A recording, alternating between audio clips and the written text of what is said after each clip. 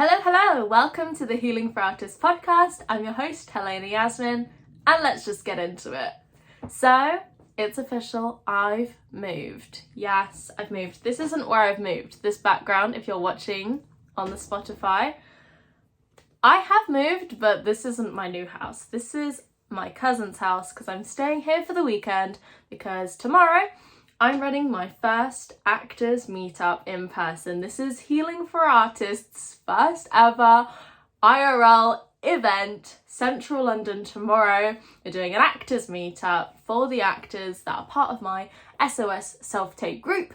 For those of you who aren't on it, the SOS self-tape group is for actors who have auditions that are coming up and they don't want their mum to read for them. They want to get a professional actor or someone who knows how to read to come in and help them film your self-tape. So what you do is you join the SOS self-tape group. When you have a self-tape in an audition, when you have an audition come through, type it up on the group and someone will read for you. That is the point of the group. And tomorrow we're doing our first networking event where sometimes you don't want to just get a stranger to do it, and that's what these networking things are for. You meet people in real life, see who you vibe with, and maybe you'll find your perfect reader match. So that's what we're doing tomorrow, Healing for Artists' first event. Yes. Right, on to today's topic. Today, I want to talk about the phrase, small steps, great distances, and why setting a morning routine is gonna improve your mental health, it's gonna improve your well-being, it's gonna give you motivation to do life, okay? Having a morning routine and the importance of that for your mental health. Let's just jump into it. So, as we know by now, last year I was completely out the game. I was knocked out because I started having seizures left, right and centre, like 10 every single day. Was not the vibe. I wasn't able to do much acting. I still did bits here and there. I was very fortunate. But I was really like having a health crisis, okay? And I dropped the ball on everything. I wasn't able to like get up and take care of myself properly on some days because of seizures and having really bad health. I was getting up really late. I was going to bed really late. I was consistently going to sleep about 2-3 in the morning. One time I just couldn't sleep and I went to sleep at about 6:30 in the morning. No, it's not what we want. It's not what we need here. And so recently I've gotten back into the game. I've started giving myself more purpose, more tasks to complete throughout the day, and now I have a reason to get up. Sorry, my cousin just walked through the door. Anyway, so I was getting up really late. I was getting to bed really late, and it was like actually messing up my mental health and how I showed up for myself every day because I wasn't getting up every day. Like, I just didn't want to do anything. And I thought if I indulged in my comforts, if I watch TV when I feel like watching TV, if I eat what I want when I want, I will have less stress and my mental health will come on zippity zap boing back to health. And yes, this did work to an extent, but overindulgence, that is what you want to avoid, okay? So, how do you set a nice morning routine that works for you? Well, a lot of us have jobs, and so when you work a job that requires you to be somewhere at a specific time, you have to get up at that time. So we can either make time around when you have to be there, right? So for me, I need 8 hours of sleep or more. So luckily I'm freelance, so I can kind of get up and set my own schedule, which is great, but also has the pitfalls of you can't afford to procrastinate because that will affect your livelihood and how much you can eat that month, okay? So set a time that works for you. Try not to snooze your alarm. And I know I know that's so hard. But the thing is, when you snooze your alarm, it's very habit forming to just go, I'll do that later, I'll do that later, I'll do that later. And then, 10, 20 alarms later, you're still in bed. Now, this isn't great because that is training your brain. The first thing you do when you wake up is break a promise to yourself, right? You've set that alarm, you've set an intention to get up at 9. If you don't get up till 12, the first thing you've done that morning is break a promise to yourself. So, the first thing you need to do to perfect your morning routine is get up when you say you're gonna get up. Make your bed. We've all had this one, make your bed. That's a sense of accomplishment. So, you've kept a promise and you've done something productive in the first 5 seconds of waking up, okay? We're not gonna go on our phones for at least half an hour. But, right, some days when you wake up, you actually are not awake. And the only way you can wake up is to do a bit of scrolling, right? That's cool, that's allowed, do that. But you gotta make sure that you don't end up scrolling for 2 hours without realizing. Because doom scrolling is a big thing. My phone said that I was on my phone for like 8 hours daily. And I've just had a big old dose of perspective of going, is that how I want to live? Is that how I want to treat my everyday? Not really. Not really. Because what is the point of doing that when you know that whenever you spend that much time on your phone, that much time sucked into a void, you never feel good about yourself. You always feel like, 1, oh my gosh, where's the day gone? 2, I haven't done anything that I said I was going to do. That's stressful in itself. So by procrastinating, by scrolling, it's very damaging because it makes you feel not great. So we're going to try and eliminate the doom scrolling. Keep it to a minimum. We don't have to detox. We don't have to take it away, okay? It's just about finding that balance and what works for you. So maybe one day you do with nothing. Maybe the next day you take off 10 minutes, right? It doesn't have to be so black and white. You have to find a rhythm that really works for you. That's how you're going to build your morning routine to something that is not only fun, but it's also sustainable. Okay, they say eat the frog the first thing in the morning. Do your hardest task.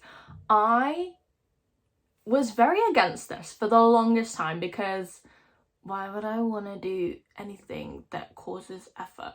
But my personal energy levels, and everyone's is different throughout the day. I have the most energy in the morning when I've woken up, right? So it makes sense to do the task that is the biggest or is causing you the most stress first thing, because then it's out the way and then you can relax and enjoy the rest of your day and do what you need to get done. Scary thing first. Do something that scares you first thing, because it kind of gets your adrenaline going. Once you've completed it and you've gotten over the fear of doing it and you've done it, you get this massive wave of relief and it feels so good to just get it done and you feel tick, nice and accomplished. Perfecting your morning routine, you don't need breakfast if you're not a breakfast person. I'm not a dietitian. I'm not gonna sit here and tell everyone you need to be eating 3 meals a day. That would be lying because I never eat breakfast. I love a brunch. Girl, I love me a brunch. But I'm one of those people that don't need breakfast and I'll be okay with that breakfast. Is that because I don't get up at 5? Maybe. Maybe you need breakfast.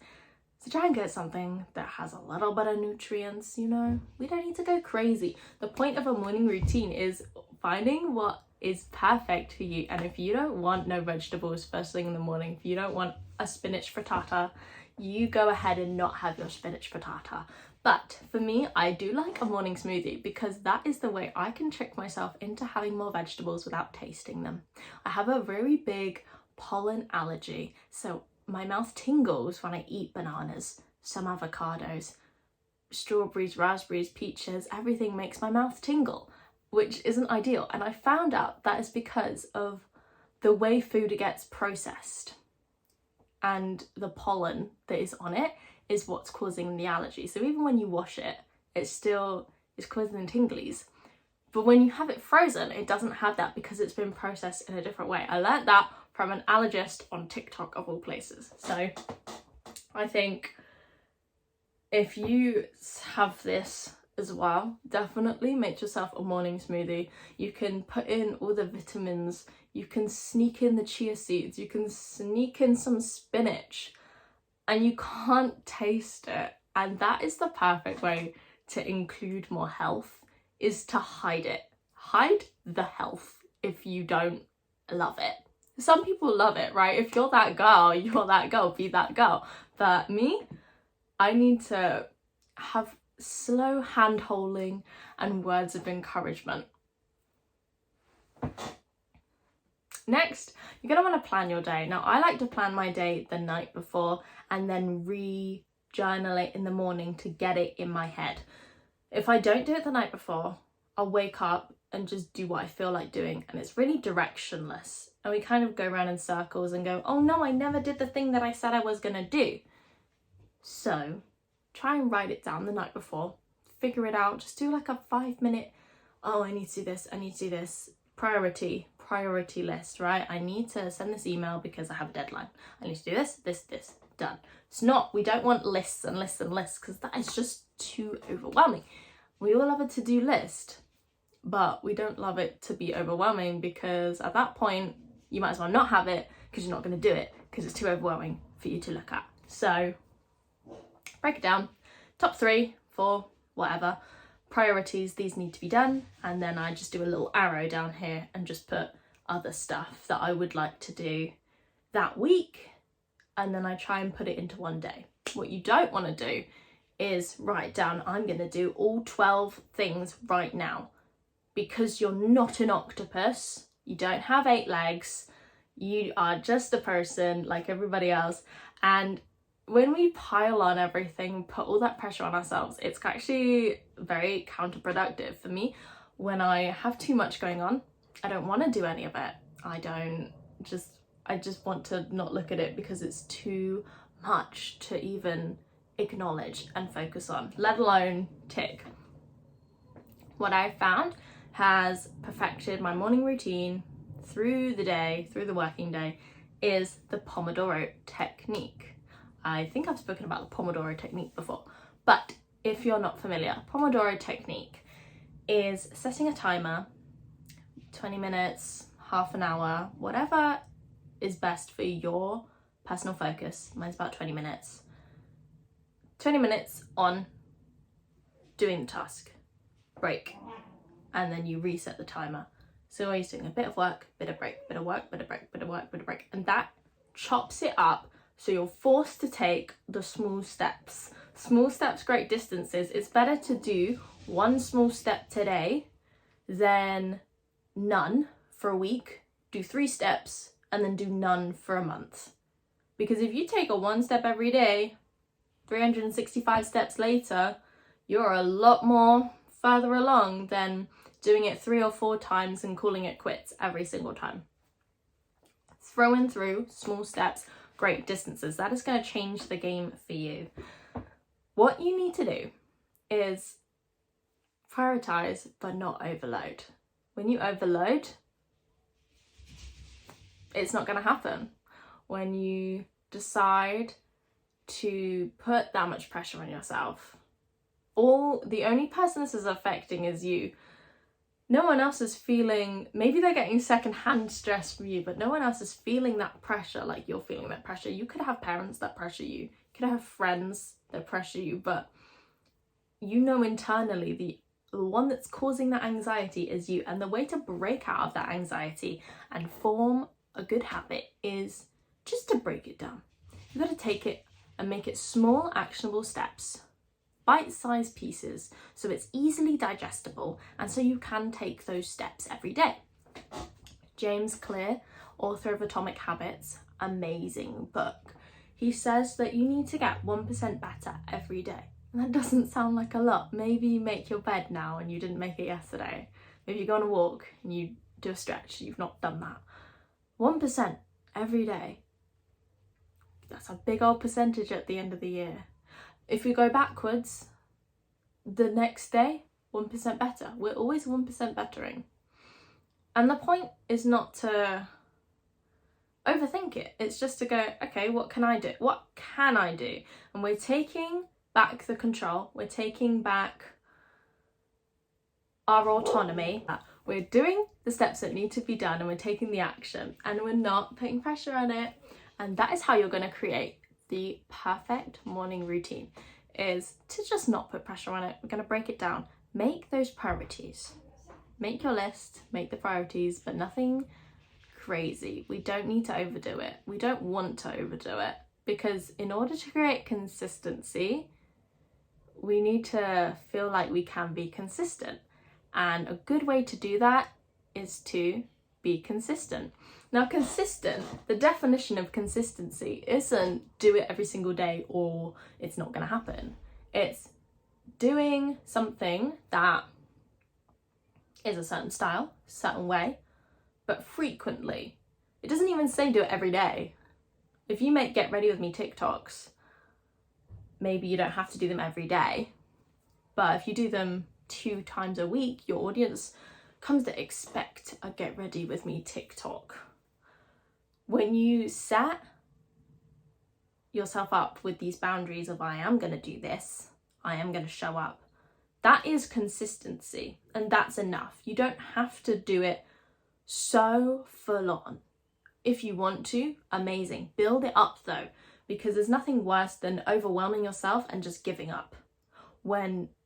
If you just took the time to take it back, reel it in, small steps, great distances, if you take those small little steps over time, you can increase it to whatever you want. You can run that marathon.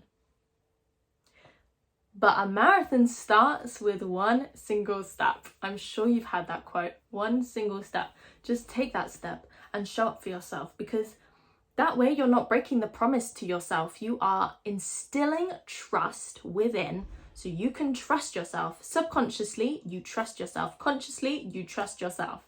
It's all about consistently saying, hello self, here I am. Look what I can do. Look what I'm about. And over time, if you keep doing that, you will build that morning routine that you find fulfilling. You want to get up in the morning because, I get to drink my favorite drink. I get to go outside and lie in the sun. Whatever you want, you can create it. It does take a little bit of experimenting, a little bit of what works, what doesn't, and every day is different. You need different people, want different things from you every day, whatever. But the main thing is you need to always show up for yourself. Okay? Now, I follow this amazing yoga teacher, Yoga with Adriene. You probably know her if you're on Yoga Talk. I don't know.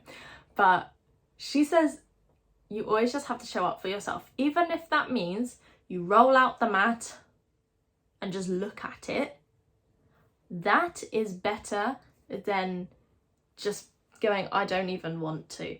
Because even though you didn't do it, you still had the intention and you still showed up for yourself, okay? Even the act of going, okay, this is all I can do today, that is enough. Because you're still acknowledging, I am still doing it, not doing it, but I'm here and I can't do it today. But the fact that you still showed up for yourself is still instilling and continuing that trust in yourself. So that is how you're going to build a fantastic routine for your life. That's how you're going to do small steps, great distances, and every day you're going to get a little bit better, a little bit more confident, a little bit less shy, a little bit of a spring in your step, okay? I believe in you.